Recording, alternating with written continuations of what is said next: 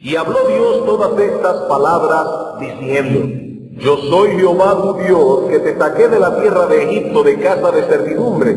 No tendrás dioses ajenos delante de mí. No te harás imagen, ni ninguna semejanza de lo que esté arriba en el cielo, ni abajo en la tierra, ni en las aguas debajo de la tierra.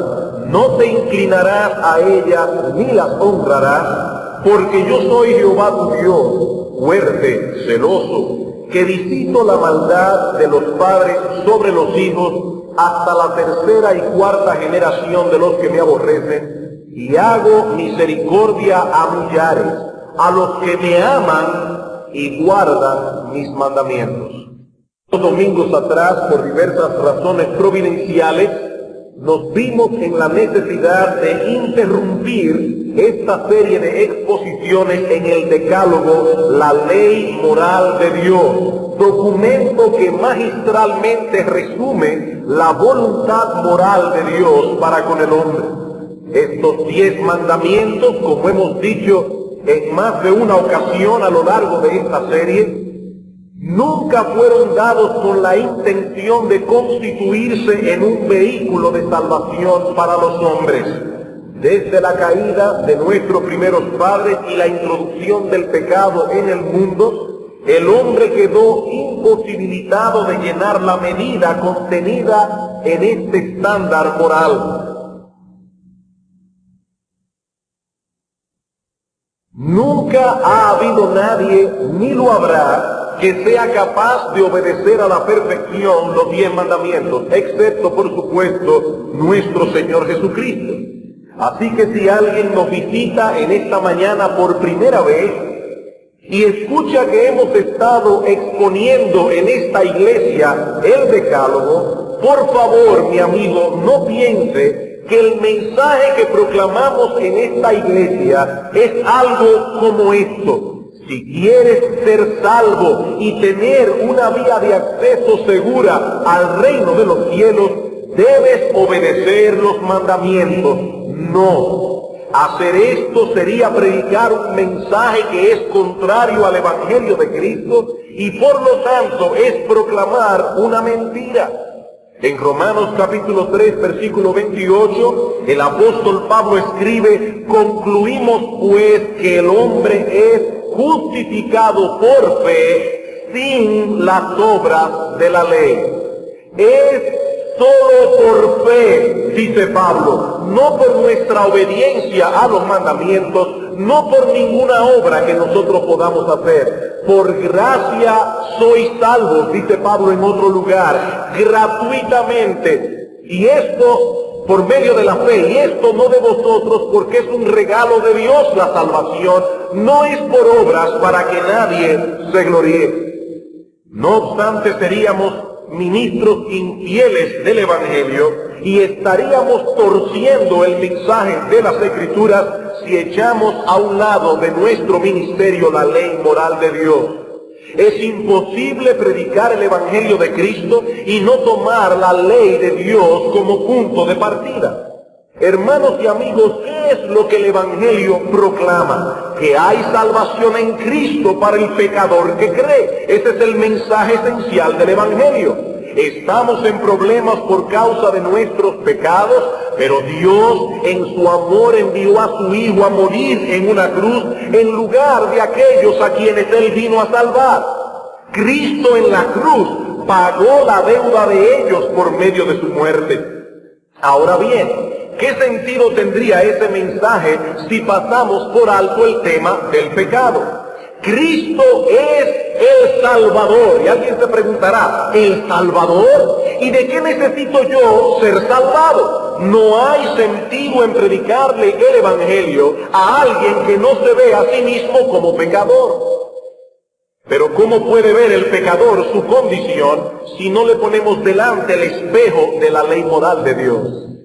Dice el apóstol Pablo en Romanos capítulo 3, versículo 20, que el conocimiento del pecado nos viene por medio de la ley. El pecador solo vendrá a Cristo cuando vea la realidad de su pecado. Y esa realidad solo puede ser vista, dice Pablo, cuando se expone la ley. cuando el hombre se contempla a sí mismo bajo la luz de la ley moral de Dios. Donde no hay ley, escribe Pablo en Romanos 4:15, tampoco hay transgresión. Y luego añade, donde no hay ley, no se inculpa de pecado. No hay ley, entonces ya no hay pecado. No hay pecado, el Evangelio ya no tiene entonces nada que ofrecer, porque la salvación que proclama es innecesaria e irrelevante si el hombre no es considerado como un transgresor. Así que la ley es el punto de partida obligado del Evangelio. Pero la ley moral de Dios no solo debe ser proclamada para que el pecador se vea a sí mismo como pecador, sino también para que los hijos de Dios conozcan cuál es el estilo que agrada a su Padre Celestial. Todo hijo desea agradar al Padre. Si nosotros somos hijos de Dios, la pregunta que debe estar en nuestro corazón es, ¿cómo puedo yo agradar a mi Padre Celestial? El hecho de que seamos cristianos de ningún modo anula la responsabilidad que tenemos de obedecer la voluntad de Dios. Y los 10 mandamientos siguen siendo el resumen de esa santa y perfecta voluntad. Sí, Cristo vino a redimirnos de la maldición de la ley, dice en Gálatas capítulo 3, versículo 10. Pero de ningún modo vino a relevarnos de la obligación de obedecerla. Eso es lo que el Señor aclara en Mateo capítulo 5, versículo 17 al 20. No penséis que he venido a abrogar la ley o los profetas. No penséis tal cosa. Yo no he venido a abrogar la ley o los profetas, sino más bien a cumplirla. Porque hasta que pasen el cielo y la tierra, ni una jota, ni una tilde pasará de la ley hasta que todo se haya cumplido. De manera que cualquiera que quebrante uno de estos mandamientos de la ley moral de Dios, aun el más pequeño de todos, y así enseñe a los hombres, pequeño será llamado en el reino de los cielos. Pero todo aquel que los cumpla, que los obedezca y así enseñe a los hombres, ese individuo será grande en el reino de los cielos. Si me amáis, dice el Señor, guardad mis mandamientos. Y en otro lugar dice Cristo, el que tiene mis mandamientos y los guarda, ese es el que me ama. Los creyentes en Cristo no estamos obligados a guardar todas esas leyes ceremoniales y civiles que obligaban a la nación de Israel en el antiguo pacto. Pero hermanos, nunca, nunca, nunca estaremos relevados de la obligación de obedecer la ley moral de Dios. Es por eso que Pablo dice a los Corintios en 1 Corintios 7:19, la circuncisión nada es, y la incircuncisión nada es, sino el guardar los mandamientos de Dios. El que seamos o no circuncidados, dice Pablo, eso no tiene la menor importancia en lo que respecta a nuestra relación con Dios. Ahora, lo que sí tiene importancia, dice Pablo, es que guardemos los mandamientos. Eso sí tiene importancia. Somos salvos por gracia, por medio de la fe, no por obedecer los mandamientos. Pero todo aquel que cree en Cristo le obedece. El que no le obedece, no importa lo que diga, él no cree en él. No importa lo que una persona afirme con sus labios, si no obedece a Cristo, en realidad no cree en él. Amados hermanos, nunca enfatizaremos demasiado esta verdad de las Escrituras, y más en la época en que nos ha tocado vivir. Quizás ahora más que nunca son relevantes las palabras que Judas, no el Iscariote, sino el otro Judas, escribió en su epístola en el Nuevo Testamento. Judas, versículos 3 y 4.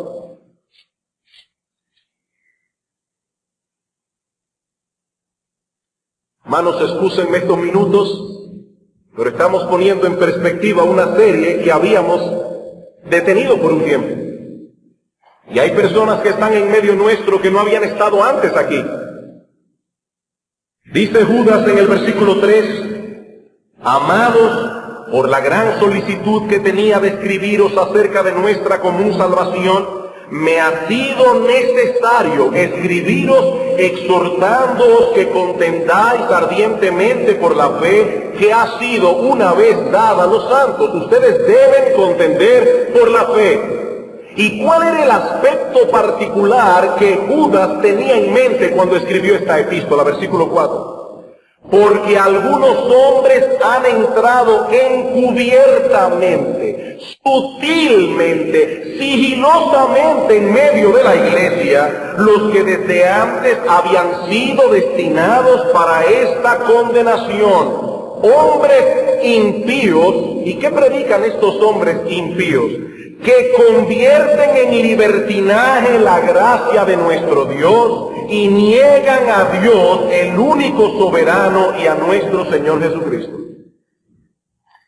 Ampararse en el hecho de que somos salvos por gracia, por medio de la fe y no por obras, ampararse en esa doctrina bíblica para echar a un lado nuestra obligación de someternos a la voluntad de Dios resumida en los 10 mandamientos, eso es convertir la gracia de Dios en libertinaje.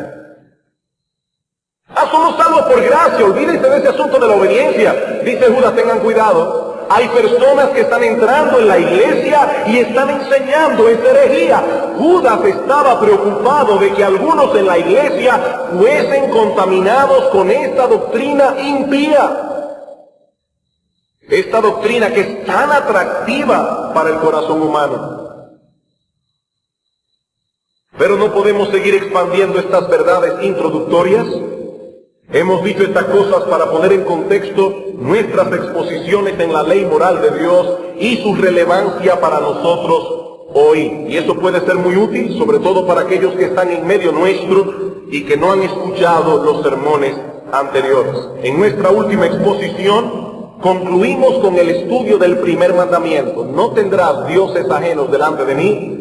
En la mañana de hoy pasaremos a considerar el segundo mandamiento, versículos 4 al 6 de Éxodo 20. Versículos 4 al 6. No te harás imagen ni ninguna semejanza de lo que esté arriba en el cielo, ni abajo en la tierra, ni en las aguas debajo de la tierra. No te inclinarás a ellas ni las honrarás. En la mañana de hoy iniciaremos el estudio de este mandamiento, no podremos concluirlo, y para ello quiero que veamos, hermanos, solamente dos cosas. En primer lugar, la esencia del mandamiento. En primer lugar, la esencia del mandamiento. Algunas personas piensan que estas palabras que encontramos en los versículos 4 al 6 son una ampliación del primer mandamiento. Que Dios continúa hablándonos allí de la idolatría, de hacer, tener y adorar otros dioses aparte del Dios verdadero. Pero lo cierto es, hermanos y amigos, que cuando observamos de cerca el mandamiento y lo colocamos en el contexto de otros textos bíblicos, nos damos cuenta de que en realidad el Señor está tratando aquí con otro asunto distinto, aunque relacionado con el anterior. Luego de haber prohibido que tengamos otros dioses aparte de Él, el Señor ahora nos manda que le adoremos a Él en una forma correcta. Mientras el primer mandamiento rechaza la idea de adorar otro Dios o otros dioses, el segundo mandamiento rechaza el adorar al verdadero Dios en una forma equivocada. Aquellos que han decidido tener a Dios como su Dios, ahora deben acercarse a ese Dios apropiadamente. Esa es la esencia del segundo mandamiento. El pueblo de Dios debe acercarse a Dios de la manera prescrita por Él. Este mandamiento en ningún sentido prohíbe las obras artísticas. Hay personas que han llevado esto a un fanatismo. Ven un cuadro pintado por un pintor y dice, eso está prohibido en el segundo mandamiento. Allí dice, no te harás imagen de ninguna cosa que esté arriba en el cielo, etcétera, etcétera. No, hermanos, no. Este mandamiento no tiene nada que ver con las obras artísticas. Lo que este mandamiento prohíbe es que se usen estas imágenes para fines religiosos. Que se usen estas imágenes para contribuir con la adoración al Dios verdadero. Deuteronomio capítulo 4. Libro de Deuteronomio capítulo 4, versículos 15 al 18.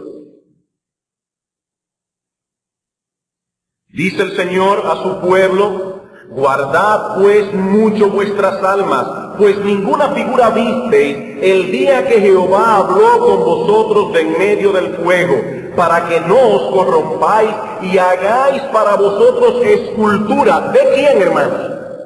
Dice: ninguna figura visteis de mí cuando yo os hablé desde el monte. Por lo tanto, guárdense de hacer figura, escultura, imagen de figura alguna, efigie de varón o hembra, figura de animal alguno que está en la tierra, figura de ave alguna alada que vuele por el aire, figura de ningún animal que se arrastre sobre la tierra, figura de pez alguno que haya en el agua debajo de la tierra. El Señor está diciendo: cuídense. Cuando yo hablé desde el monte Sinaí al pueblo, ustedes no vieron ninguna figura. No hagan una figura de mí. Dios conoce la tendencia del corazón humano a desviarse de la adoración espiritual y a buscar objetos tangibles para adorar a Dios a través de ellos. Dios sabe que hay una tendencia en el corazón humano. Eso fue lo que ocurrió con el pueblo de Israel cuando Moisés se encontraba en el monte Sinaí recibiendo las tablas de la ley de las manos de Dios. Viendo que Moisés tardaba en bajar, ¿qué hizo el pueblo? Se acercaron a Aarón para que les hiciera un ídolo, y Aarón les confeccionó un becerro de oro. Ahora noten, hermanos, que en la mente de Aarón en aquel día, él no estaba desviando la atención del pueblo hacia otros dioses. En Éxodo capítulo 32, versículo 5, se nos dice que ellos construyeron alrededor del becerro un altar y que el pueblo fue llamado a celebrarle una fiesta. ¿A quién? A Jehová. Ellos hicieron un altar y llamaron al pueblo: vengan ahora para que a través del becerro adoren a Jehová. Los israelitas querían adorar a Dios, pero lo estaban haciendo en una forma que él había prohibido. Por supuesto, esas imágenes se convierten de facto en otros dioses. De modo que el segundo mandamiento se encuentra íntimamente relacionado con el primero, pero es un mandamiento distinto. El segundo mandamiento prohíbe que pretendamos adorar al Dios verdadero en una forma incorrecta, a través de imágenes o a través de cualquier objeto no prescrito por él. El Catecismo Menor de Westminster resume esta enseñanza en una forma muy simple y muy sencilla en la pregunta 51. ¿Qué se prohíbe en el segundo mandamiento? A lo que el Catecismo responde: el segundo mandamiento prohíbe que rindamos culto a Dios por medio de imágenes o por cualquier otro medio no autorizado por su palabra. Repito, hermanos y amigos, esa es la esencia de este mandamiento. Ahora bien, ¿por qué es esto tan importante? ¿Por qué es esto tan importante? Si a la larga estamos adorando al Dios verdadero, ¿qué importancia tiene la forma como lo hagamos? Algunas personas dicen: tú crees en Dios, yo creo en Dios; tú crees en Jesucristo, yo creo en Jesucristo. ¿Qué tanta importancia le estamos dando a la forma? Tú tienes una forma, yo tengo otra forma. ¿Es esto realmente tan importante? Esto nos lleva, hermanos, a nuestro segundo encabezado: la razón del mandamiento. La razón del mandamiento. Dios nos dice en el Decálogo: no tendrás dioses ajenos delante de mí y no me adorarás a mí a través de imágenes. Y nos preguntamos una vez más: ¿por qué Dios no quiere que su pueblo intente hacer representaciones visibles de Él? Y hermanos, por favor, no piensen que esto es irrelevante para nosotros hoy. Como veremos al final, sí lo es. Porque algunos pueden estar diciendo: pero pastor, ¿y alguien aquí usted cree que va a tratar de hacer una imagen de Dios? Vamos a esperar un poco. Vamos a esperar un poco. Hermanos, ¿por qué Dios no quiere que hagamos imágenes de Él? Para responder esta pregunta, debemos detenernos por un momento a considerar cuál es la función que juegan las imágenes en los cultos idolátricos. ¿Por qué los idólatras se hacen imágenes? ¿Realmente piensan los paganos que esas imágenes construidas por sus propias manos son dioses? Ellos creen eso. Vamos a ponernos por un momento en el lugar de un idólatra. Este idólatra se dirige a una tienda y allí consigue una figura en forma humana o en cualquier otra forma, una figura hecha de cerámica, una figura hecha de yeso, de madera o de cualquier otro material. Este individuo se lleva su imagen para la casa, le pone un altar, le prende velas, le pone un florero lleno de rosas y ahora le ora a ese Dios. La pregunta es, ¿cree esa persona que está allí postrado delante de su altar, él cree que esa imagen de yeso es en verdad un Dios? ¿Ustedes creen que él cree eso? Él acaba de ir a una tienda y acaba de pagar un dinero, se llevó su imagen para la casa y le puso un altar y ahora está postrado delante de la imagen para adorarla. ¿Creen ustedes, hermanos, que esta persona cree que esa imagen de yeso es un Dios? Por supuesto que no. Aún los paganos saben que la deidad no es idéntica a la imagen. ¿Recuerdan ustedes cuando Pablo y Bernabé fueron a predicar a Listra? Que dice que el apóstol Pablo sana a un cojo de nacimiento y cómo reacciona la multitud ante este milagro.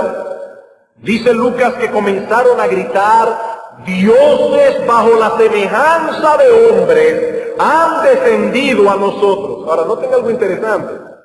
Estos paganos pensaban que sus dioses moraban en el cielo. Ellos pensaban que sus dioses moraban en las alturas, no en los altares donde ellos tenían colocadas las imágenes que representaban esas deidades. El punto es que ese Dios que estaba lejos, en el cielo, en las alturas, se hace cercano a través de la imagen. La imagen representa la deidad. El poder de Dios es controlado a través de la imagen que los representa. Los dioses están lejos, pero sus imágenes los ponen cerca de nosotros. Pero no solo eso. La imagen del ídolo pone a sus adoradores en contacto con el poder del Dios que representa en una forma controlada, de modo que podamos recibir los beneficios del poder de ese Dios. Hermanos, vamos a pensar por un momento en la electricidad para poder ilustrar lo que es una imagen en la mente de un idólatra. La electricidad puede ser muy beneficiosa, como puede ser también muy peligrosa si no tenemos control de ella. Y así también, piensan estos hombres, es el poder de los dioses. Ese poder puede ser usado a nuestro favor, siempre y cuando podamos controlarlo. Ahora, hermanos, ¿cómo nosotros controlamos la electricidad? A través de un transformador. El transformador lo que hace es reducir el alto voltaje, como me explicaba ayer un hermano, reducir el alto voltaje para que podamos usar la energía eléctrica sin riesgos. Eso es exactamente lo mismo que hace la imagen de un Dios. A través de la imagen, el idólatra, claro, eso es en su pensamiento, hermanos, no es que es así, yo estoy diciendo lo que él cree. A través de la imagen, el idólatra pone al Dios que adora al alcance de su mano, a la vez que él regula su relación con ese Dios.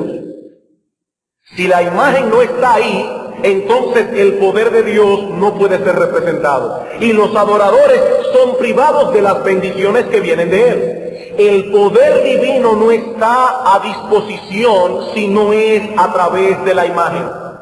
Pero si tenemos la imagen y aplicamos los rituales y ceremonias correctos de adoración, entonces recibiremos los beneficios de esa deidad o de esos dioses. Esa es la mentalidad de los paganos. Y es esa mentalidad la que Dios quiere erradicar de su pueblo. No usen medios inventados por los hombres para relacionarse conmigo, dice Dios. No me adoren de ese modo. Ahora bien, puede ser que alguien todavía aquí esté pensando, pero ¿por qué? ¿Por qué? ¿Por qué Dios no quiere que su pueblo haga representaciones visibles de Él? Existen al menos dos razones para esta prohibición. En primer lugar, tratar de capturar a Dios en una imagen es malentender el modo de actuar libre y soberano de Dios. Tratar de capturar a Dios en una imagen es malentender el modo de actuar libre y soberano de Dios. ¿Qué es lo que el idólatra busca? Controlar a su Dios a través de la imagen. Pero lo cierto es, hermanos, que el Dios vivo y verdadero que se nos revela en las Escrituras no puede ser controlado por nada ni por nadie. No existe nada en el mundo, hermanos, con lo que nosotros podamos controlar a Dios. Y hay creyentes que ven a Dios de esa manera. Si yo hago esto y hago esto y hago esto, Dios va a hacer esto. Si yo me muevo de esta y esta manera, entonces Dios va a hacer aquí. Si yo voy a ver cómo yo busco el control de Dios. Yo quiero controlar a Dios. Yo quiero tener el poder de Dios a mi disposición y voy a buscar los canales correctos para yo controlar a Dios. En la historia bíblica encontramos un buen ejemplo de esto. No tienen que buscarlo en el primer libro de Samuel, capítulo 4. Los israelitas acaban de sufrir una derrota terrible de manos de los filisteos, por lo que deciden ir a buscar el arca del pacto que se encontraba en Silo y llevarla al lugar de la batalla. Traigamos a nosotros de Silo el arca del pacto de Jehová, dicen los ancianos del pueblo, para que viniendo entre nosotros nos salve de la mano de nuestros enemigos. Si traemos el arca, vamos a hacer que Dios se acerque a nosotros. Y si Dios está cerca de nosotros, la victoria está asegurada. Y envió el pueblo a Silo, dice la palabra, y trajeron de allá el arca del pacto de Jehová de los ejércitos que moraba entre los querubines. Y aconteció que cuando el arca del pacto llegó al campamento, todo Israel gritó con tan gran júbilo que la tierra tembló. Los israelitas pensaban que era imposible perder la batalla con el arca en medio de ellos. Y lo interesante es que aún los filisteos pensaban de la misma forma. Dice en el versículo 7 que cuando los filisteos se enteraron que los judíos habían traído el arca, tuvieron miedo, porque decían: ha venido Dios al campamento, ¡ay de nosotros! Perdimos la batalla. Los judíos gritaban de júbilo y los filisteos estaban muertos de miedo. ¿Y todo eso por qué? Porque el pueblo de Israel tenía en sus manos el control remoto. El pueblo de Israel ahora tenía aquella arca con la que ellos podían controlar a Dios. Ahora podían canalizar el poder de Dios a favor de ellos a través del arca. ¿Saben qué pasó? Que Israel no solo perdió la batalla por segunda vez, sino que los filisteos capturaron el arca. Perdieron la batalla y el control remoto fue capturado. Esta arca del pacto, que había sido hecha por mandato de Dios y que de hecho simbolizaba la presencia de Dios en medio de su pueblo, hermanos, esta arca no era más que una caja de madera recubierta de oro si Dios se apartaba de su pueblo. Y eso fue lo que sucedió. Por causa de sus pecados, Dios se apartó de su pueblo. Hermanos, repito, no existe en el mundo ningún objeto con el cual podamos controlar a Dios, con el cual podamos obligar a Dios a hacer esto o aquello. No existe ese objeto. Como bien señala el apóstol Pablo en Efesios capítulo 1, versículo 11, adoramos y servimos a un Dios que hace todas las cosas según el designio de su voluntad. Y qué bueno que es así, hermanos, porque la voluntad de Dios siempre es buena, agradable y perfecta. Qué bueno que nosotros no podemos controlar a Dios. Qué bueno que es Él quien está en control de todas las cosas. Hermanos, no estamos a merced de una fuerza ciega e incontrolable. Eso es lo que el pagano piensa. Eso es lo que le da temor al pagano. Estar a merced de un Dios que en un momento dado puede favorecerlo y en otro momento puede destruirlo. Y por eso es que el pagano quiere tener una imagen para controlar a Dios, para aguantar la fuerza de Dios, porque le tienen miedo a Dios en ese sentido. Pero hermanos, este miedo es un miedo irracional, porque Dios es bueno, porque Dios sí es todopoderoso, pero nosotros podemos confiar en Él, porque es al mismo tiempo un Dios lleno de bondad, lleno de sabiduría, lleno de gracia, lleno de amor, lleno de misericordia. Pensar en Dios de otro modo es pensar como piensa un pagano. Así que tratar de capturar a Dios en una imagen o a través de ciertos ritos y ceremonias, eso es malentender el modo libre y soberano de actuar de nuestro Dios. Pero en segundo lugar, tratar de capturar a Dios en una imagen es malentender su majestad y su grandeza. Tratar de capturar a Dios en una imagen es malentender su majestad y su grandeza. No importa qué tan genial pueda ser un artista, nunca podrá un ser humano diseñar una imagen que represente adecuadamente a nuestro Dios. Ese es el argumento que usa el profeta Isaías en Isaías capítulo 40. Isaías, libro del profeta Isaías, y este texto sí quiero que lo busquen, hermanos. Isaías capítulo 40. Ese es el argumento que usa Isaías en este pasaje para disuadir a los idólatras en Israel, para hacerles entrar en razón. Noten el versículo 18 del capítulo 40. Se pregunta Isaías: ¿a qué pues haréis semejante a Dios? ¿O qué imagen le compondréis? Y en el versículo 25 dice: ¿a qué pues me haréis semejante? Aquí es Dios mismo hablando. ¿A qué pues me haréis semejante o me compararéis? Dice el Santo. Es una verdadera locura, una insensatez intentar capturar a Dios en una imagen. ¿Por qué? Porque nuestro Dios es inmensamente grande. ¿Qué tan grande? Versículo 12. ¿Quién midió las aguas con el hueco de su mano? Y por supuesto la respuesta es Dios. Dios. Dios es tan y tan grande que toda el agua contenida en los ríos y en los mares cabe en el hueco de su mano. Se calcula que 2/3 partes de la superficie de la tierra está cubierta de agua. Si tratáramos de calcular cuánta cantidad de agua hay en la tierra en galones, el número que obtendríamos estaría muy por encima de nuestra comprensión. No obstante, toda esa agua cabe en el hueco de la mano de Dios. Mi hermano, cuando tú llegues a tu casa hoy, haz este experimento. Trata de medir la cantidad de agua que cabe en el hueco de tu mano. Y verás que probablemente no vas a llenar ni una cuchara sopera. Haz la prueba para que veas, mi amado hermano, qué tan pequeños somos nosotros, pero nuestro Dios es tan grande que en el hueco de su mano cabe toda el agua del planeta y sobre espacio.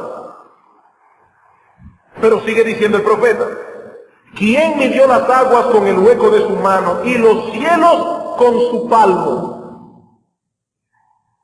El palmo era una medida que se usaba comúnmente, una medida de distancia en aquel tiempo. Es la distancia que media entre la punta del dedo meñique, del dedo ese mismo, y el meñique. El palmo es la distancia que hay entre este dedo y este dedo. Haga la prueba, llegue a su casa y mídase cuánto hay de su dedo a su dedo y verá que probablemente hay un promedio de 8 a 9 pulgadas. Pero nuestro Dios es tan grande que Él puede medir los cielos con su palmo. Para que puedan tener una idea de lo que estamos hablando aquí, la estrella más cercana al planeta Tierra se encuentra a unos 26 billones de millas. Y esa es la estrella más cercana, la que tenemos a la vuelta de la esquina. Tratar de imaginarnos siquiera de qué tamaño es el universo es una empresa que escapa por completo a nuestra capacidad. Y sin embargo, dice el profeta, Dios puede tomar el universo completo en su mano como nosotros tomamos en la nuestra un objeto pequeño y trivial. Pero Isaías no ha terminado aún con las cosas grandes de la naturaleza. Versículo 12. ¿Quién midió las aguas con el hueco de su mano y los cielos con su palmo? Con 3 dedos juntó el polvo de la tierra y pesó los montes con balanza y con pesa los collados.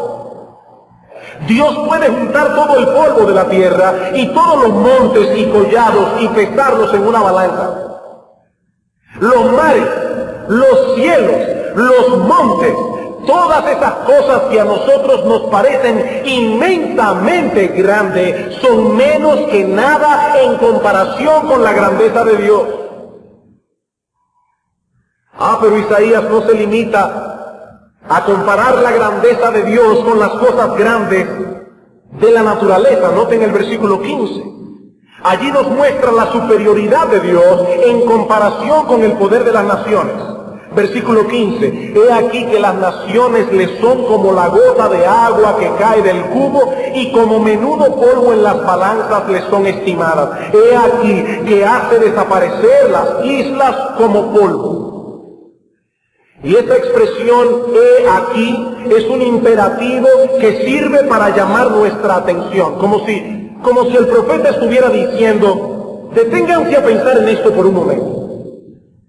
Las naciones de la tierra, aún las más poderosas naciones del mundo que han existido y que existen al día de hoy, son como esa gota de agua que se te cae del cubo, sin querer. Algo totalmente insignificante, inservible. No podemos calmar la sed con una gota de agua, ni mucho menos podemos bañarnos con una gota de agua, ni limpiar la casa. Sencillamente no podemos hacer nada porque es una gota de agua. Pero la próxima comparación es más impresionante todavía. El profeta dice que las naciones de la tierra son como polvo en la balanza. La balanza en aquel tiempo se usaba para transacciones comerciales, lo mismo que en el día de hoy. Usted va a los supermercados y hay algunas vegetales, algunas frutas que se venden en la balanza porque depende del peso. Ahora imagínense hermano, una persona que llega al supermercado y le dice al dependiente, espérate, mira, antes de medirme el mango, límpiamelo bien porque yo no voy a pagar por el polvo que está pegado ahí.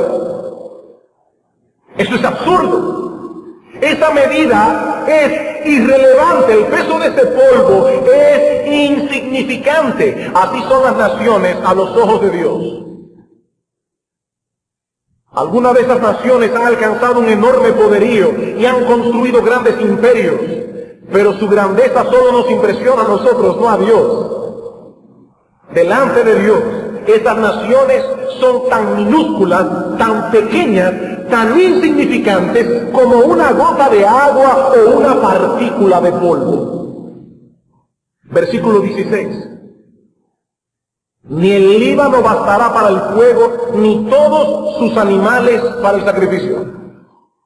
En el tiempo de Isaías, el Líbano era famoso por sus densos bosques y los cedros del Líbano eran grandemente apreciados. Y sin embargo, dice Dios, todos los árboles del Líbano juntos no sirven para hacer un fuego en el altar que sea digno de Dios.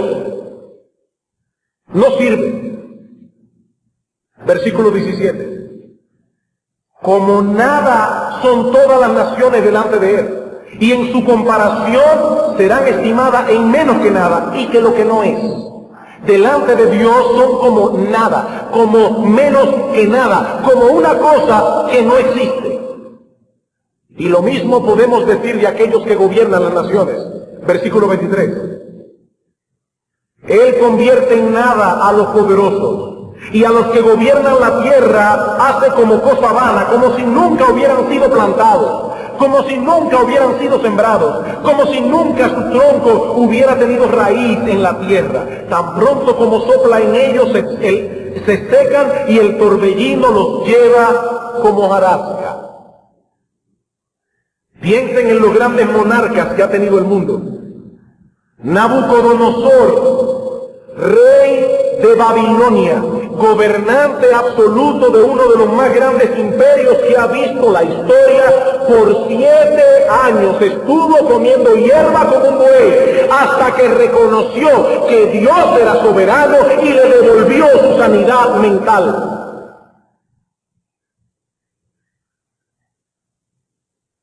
Alejandro el Grande conquistó prácticamente el mundo conocido en aquel entonces y murió a los 32 años de edad, triste y desolado.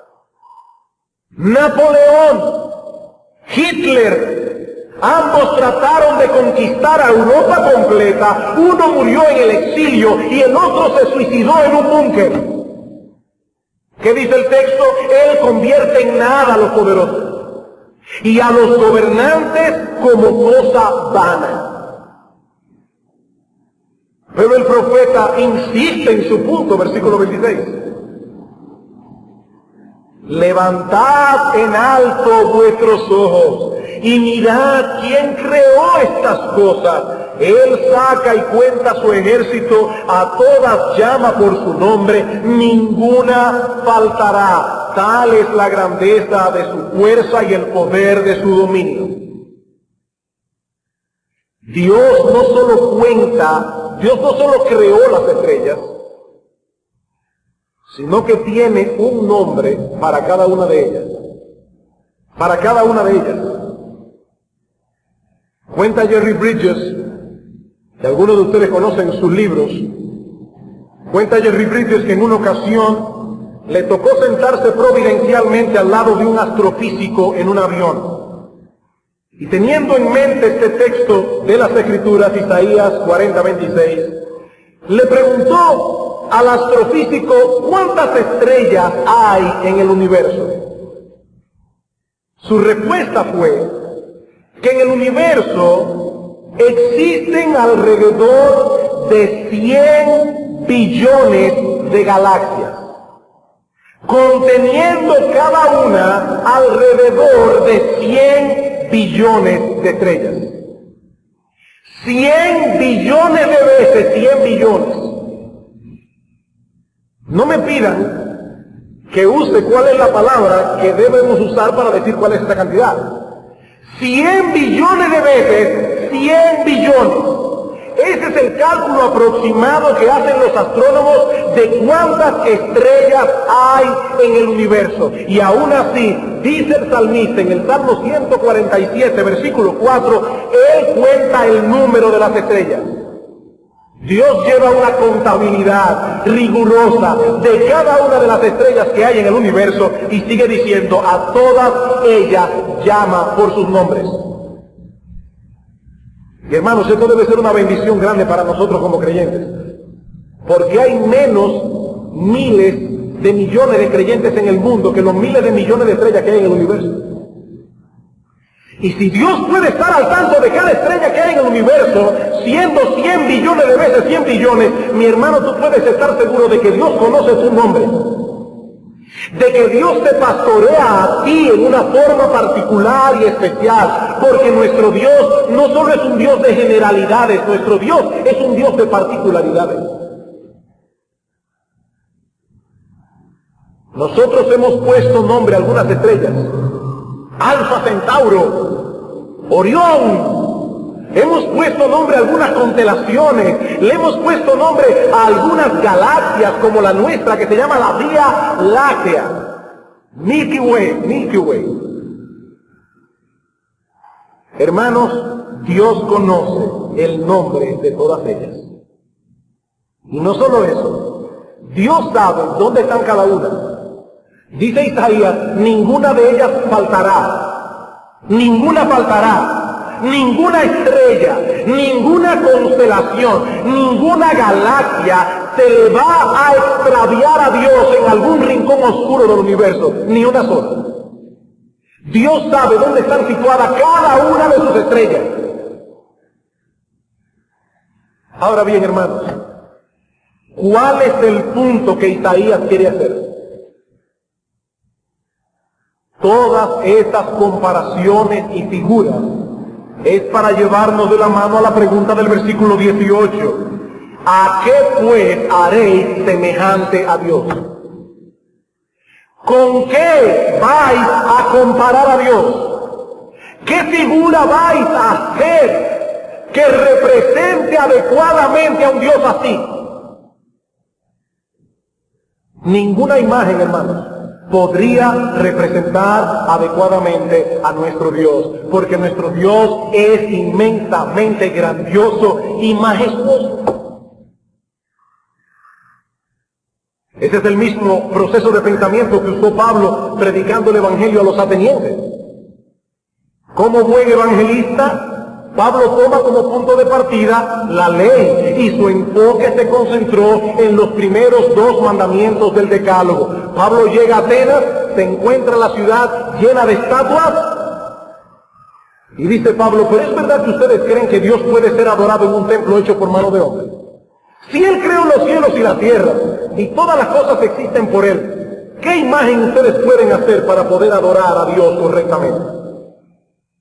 A través de esos 2 mandamientos, Pablo guió el pensamiento de estos hombres hacia la persona de Cristo. Arrepentidos, dice Pablo. Dios ha llamado a todos los hombres en todo lugar que se arrepientan de estas vanidades y se vuelvan a aquel varón a quien Él designó, dando fe a todos, habiéndole levantado de los muertos. El punto, hermanos, es que tratar de atrapar a Dios en una imagen denota una perspectiva inadecuada de quién es Dios. Y esa perspectiva inadecuada nos lleva a una adoración inadecuada, que a su vez continúa alimentando esa perspectiva equivocada que tenemos de Dios. Es un círculo vicioso. Yo no conozco bien a Dios, lo adoro en una forma incorrecta, y esa forma incorrecta de adorarle continúa sumiéndome en oscuridad y llenando mi corazón de ignorancia con respecto al verdadero Dios. Es por eso que nuestro Dios está tan interesado en la forma en que Él es adorado. Es por eso que Dios no solo nos dice, no tendrás dioses ajenos delante de mí, sino que ahora dice, adórenme de una forma correcta. Hermanos, el tiempo se ha ido. ¿Qué aprendemos de todo esto? Continuaremos más adelante con este mandamiento. Pero ¿qué aprendemos hoy de esto? En primer lugar, que la forma como adoramos a Dios no es algo trivial y sin importancia.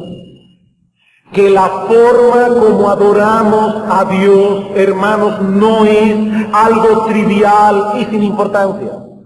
Tanto en el Antiguo Testamento como en el Nuevo Testamento hay un énfasis marcado en la forma apropiada de adorar a Dios. Y esa forma apropiada nos ha sido revelada en las Sagradas Escrituras. Deuteronomio capítulo 12.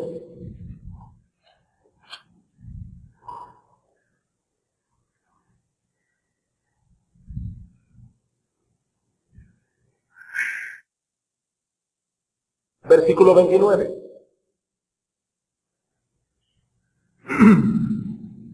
Cuando Jehová tu Dios haya destruido delante de ti las naciones a donde tú vas para poseerlas y las heredes y habites en su tierra, guárdate que no tropieces yendo en pos de ellas después que sean destruidas delante de ti. No preguntes acerca de sus dioses diciendo, de la manera que servían aquellas naciones a sus dioses, yo también les serviré. No harás así a Jehová tu Dios, porque toda cosa abominable que Jehová aborrece hicieron ellos a sus dioses, pues aún a sus hijos y a sus hijas quemaban en el fuego a sus dioses. Y he aquí el mandato de Dios: cuidarás de hacer todo lo que yo te mande, no añadirás a ello ni de ello quitarás. No me adores en una forma inadecuada, exactamente como yo ordené en la palabra. Sí, pastor, pero esto es en el Antiguo Testamento. No, es idéntico en el Nuevo Testamento. Marcos capítulo 7.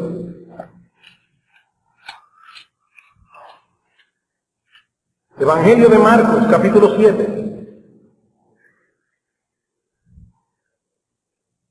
Versículo 6. Respondiendo el Señor dijo: hipócritas, bien profetizó de vosotros Isaías, como está escrito: este pueblo de labios me honra, mas su corazón está lejos de mí, pues en vano me honran, enseñando como doctrinas mandamientos de hombres. Toda cosa que se trate de imponer en la iglesia, que no haya sido ordenado por Dios, hermanos, ¿por quién ha sido ordenado? Por los hombres. Y dice Dios: en vano me honran, enseñando como doctrina cosas de hombres. Es en vano, esa adoración es inaceptable delante de mí. Colosenses capítulo 3, 2. Colosenses capítulo 2, versículo 23, hablando precisamente de mandamientos y doctrinas de hombres, dice Pablo en el versículo 23 del capítulo 2, tales cosas tienen a la verdad cierta reputación de sabiduría en culto voluntario. Y esa palabra literalmente significa en el griego religión autoinventada. Ay, pero mira, hay unas iglesias por ahí que tienen unos programas tan lindos. Sí, tienen cierta reputación. Pero esos programas, si no son de acuerdo a lo enseñado por la palabra, son cultos inventados por los hombres. Primera Timoteo capítulo 3. Digo, aunque tengo la esperanza de ir pronto a verte, para que si tardo sepas cómo debes conducirte en la casa de Dios, que es la iglesia del Dios viviente, columna y baluarte de la verdad. Timoteo, no inventes en la iglesia. Timoteo, la iglesia no es tu casa, la iglesia no es la casa de los hermanos, la iglesia es la casa de Dios, y solo Dios tiene derecho a decir lo que Él quiere que se haga en su casa. Pedí permiso a una hermana de nuestra iglesia para relatarles esta historia que ella me contó el viernes. Una hermana de nuestra congregación tuvo que viajar a Estados Unidos por alguna razón particular. Y me cuenta esta hermana que estando en California, ya que su familia iba a adorar en una iglesia no evangélica, ella le pidió que la dejaran en una iglesia bautista que parece que estaba en el área. Me dice esta hermana que lo primero que llega y encuentra en la iglesia es que todas las paredes están tapizadas. Si algo digo incorrecto, es algo así, todas las paredes tapizadas con tapices negros, pintados de estrellas, soles, lunas, etc., representando el universo. Y en el púlpito no había púlpito. Lo que había era una caja de controles similares a la de una nave espacial. En una iglesia bautista, una orquesta con todo tipo de instrumentos para divertir al público, una hora entera tocando música de todo tipo, y finalmente llega el pastor vestido, disfrazado de astronauta. Y con ese disfraz comienza a hablar acerca de la grandeza del universo y de la creación por 15 minutos, y eso es todo, sin Biblia en la mano, con todo el podium a media luz, porque nadie tenía nada que buscar en la Biblia, para que pudieran ver el espectáculo de los planetas, soles y estrellas. Hermanos, nos preguntamos, ¿cómo la ¿Cuántas iglesias llegan ahí? Yo les puedo asegurar, amados hermanos, que hace 20, 25, 30 años probablemente esas iglesias no estaban en ese lugar, pero comenzaron a transformar el culto de adoración para hacerlo más entretenido a la gente, para llamar más la atención de las personas, y terminaron allí. Algunas personas piensan que nosotros como pastores somos muy exagerados con el asunto de la Biblia, solo lo que dice la Biblia, no introducir en la iglesia ningún elemento que no esté expresamente ordenado en la palabra de Dios. Pero hermanos, es que un culto así tiene que ser abominable a los ojos de Dios. Abominable a los ojos de Dios, por más entretenido que sea. ¿Ustedes creen que con una adoración de ese tipo se está mostrando a los hombres que van a esa iglesia quién es el verdadero Dios? Dios no es un payaso para ser adorado de ese modo. Nuestro Dios es digno de ser adorado y reverenciado, dice en el Nuevo Testamento, en Hebreos, con temor y con temblor. En el Nuevo Testamento, no en el Antiguo. Dios dice que Él es lo suficientemente grandioso, majestuoso, glorioso para ser adorado sí con alegría, hermanos, porque es nuestro Dios, pero con temor y con temblor. Una cosa no elimina la otra. En segundo lugar, hermanos, esta enseñanza nos muestra que debemos cuidarnos de tener una perspectiva adecuada de Dios. Esta enseñanza nos muestra que debemos tener una perspectiva adecuada de Dios. El segundo mandamiento no solo es violado, mi querido hermano, a través de imágenes de yeso, a través de imágenes de madera, a través de cuadros del corazón de Jesús y cosas de ese tipo, no. Esas imágenes confeccionadas por los hombres son un reflejo de la imagen mental que ellos tienen de Dios. Por lo tanto, ¿dónde comienza la idolatría? Hermanos, comienza aquí. Hermanos, ¿dónde comenzamos a violar el segundo mandamiento? Aquí. Esas imágenes inadecuadas que se hacen de Dios fueron confeccionadas en la mente de aquellos que adoran. Salmo 50. Salmo 50. Versículo 8.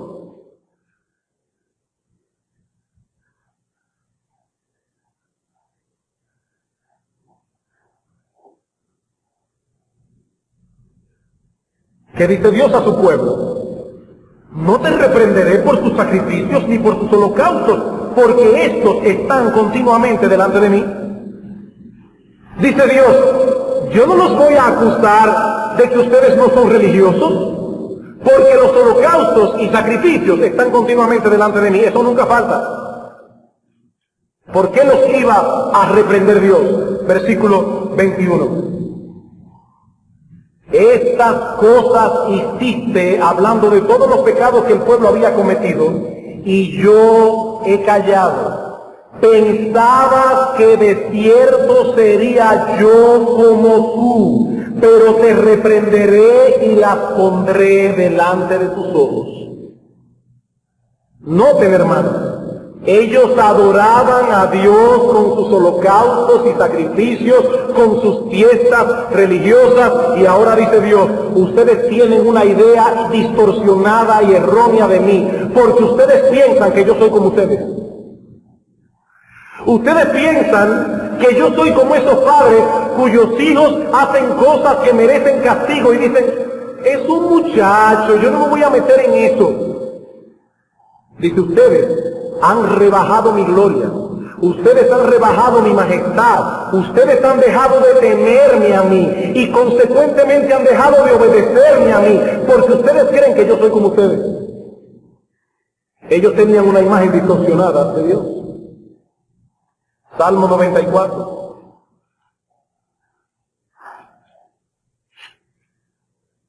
Salmo 94, versículo 7.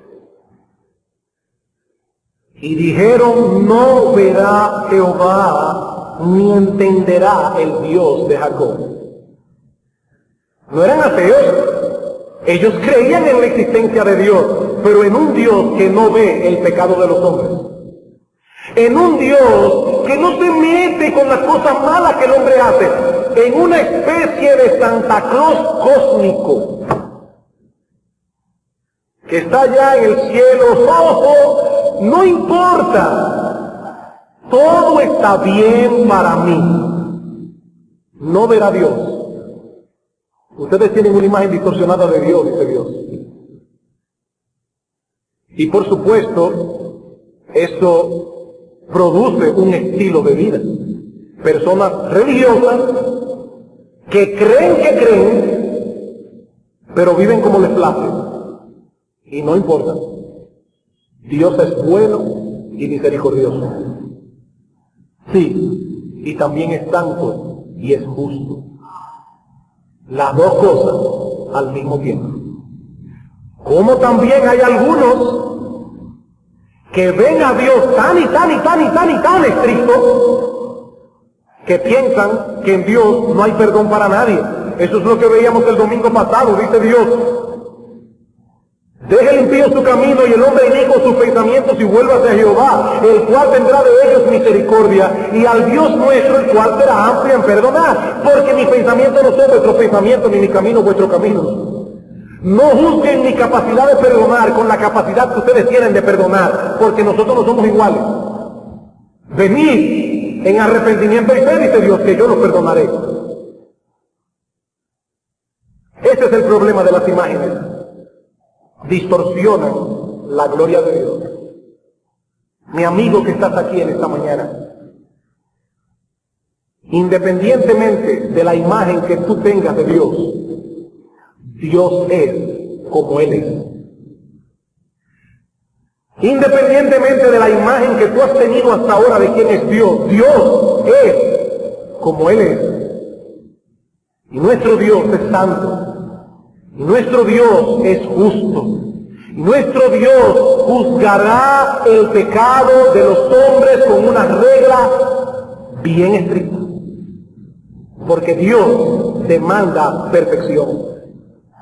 Pero como Él sabe que nadie puede llenar ese estándar, Él envió a su Hijo, mi amigo, a morir en una cruz, para hacer en esa cruz lo que tú no podías hacer. Jesucristo cumplió a la perfección la ley de Dios y murió en una cruz por causa de nuestros pecados. Y ahora todo aquel que viene a Él en arrepentimiento y fe, confiando únicamente en la obra que Él llevó a cabo en la cruz del Calvario, ¿sabes, mi amigo, lo que hace Dios en su amor y en su bondad? Que toma tus pecados y los echa en el fondo del mar y toma la justicia perfecta de Jesucristo y la pone en tu cuenta por medio de la fe. Ese es el mensaje glorioso del Evangelio. La buena noticia, mi amigo, de que hay salvación en Jesucristo para todo aquel que cree. La invitación es, ven a Cristo así como está. Ven a Cristo con la disposición de divorciarte de tu vida de pecado. Ven a Cristo con la disposición de hacer que ese Dios glorioso sea tu Dios. Ven a Cristo clamando por arrepentimiento, clamando por misericordia, confiando y descansando únicamente en Él. Y mi amigo, yo te aseguro por las Escrituras que el perdón de Dios hoy te será plenamente otorgado. Ven a Cristo, mi amigo, y conocerás y vendrás a tener comunión íntima con ese Dios que Isaías describe en el capítulo 40 de su libro. Ven a Cristo, hoy, no mañana, porque la oportunidad que Dios te está dando hoy, no necesariamente te la dará mañana. Vamos a orar.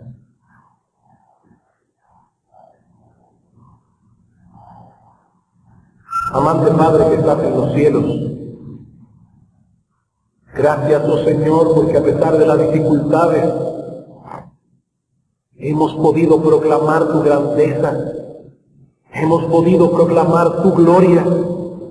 Ahora te pedimos que tu Espíritu Santo use esta palabra, la aplique poderosamente en el corazón de cada uno de nosotros, para que aprendamos, oh Señor, nosotros tus hijos, a temerte a ti, y como dice el apóstol Pedro, andar en tu temor todos los días de nuestra peregrinación. Oh Dios, impresiona nuestras mentes con tu grandeza, impresiona nuestras mentes con tu majestad y con tu gloria, para que en ningún sentido, oh Señor, distorsionemos en nuestras mentes la imagen que debemos tener de ti. Ayúdanos, oh Señor, te lo pedimos. Y aquellos que están aquí sin Cristo, oh Padre, que tu evangelio glorioso los impacte de tal manera que ellos vengan hoy, humillados y arrepentidos por sus pecados, confiando únicamente en Jesucristo para la salvación de sus almas. Ven, oh Dios, y aplica con poder tu palabra en nuestros corazones. Una vez más te lo pedimos, en Jesucristo nuestro Señor.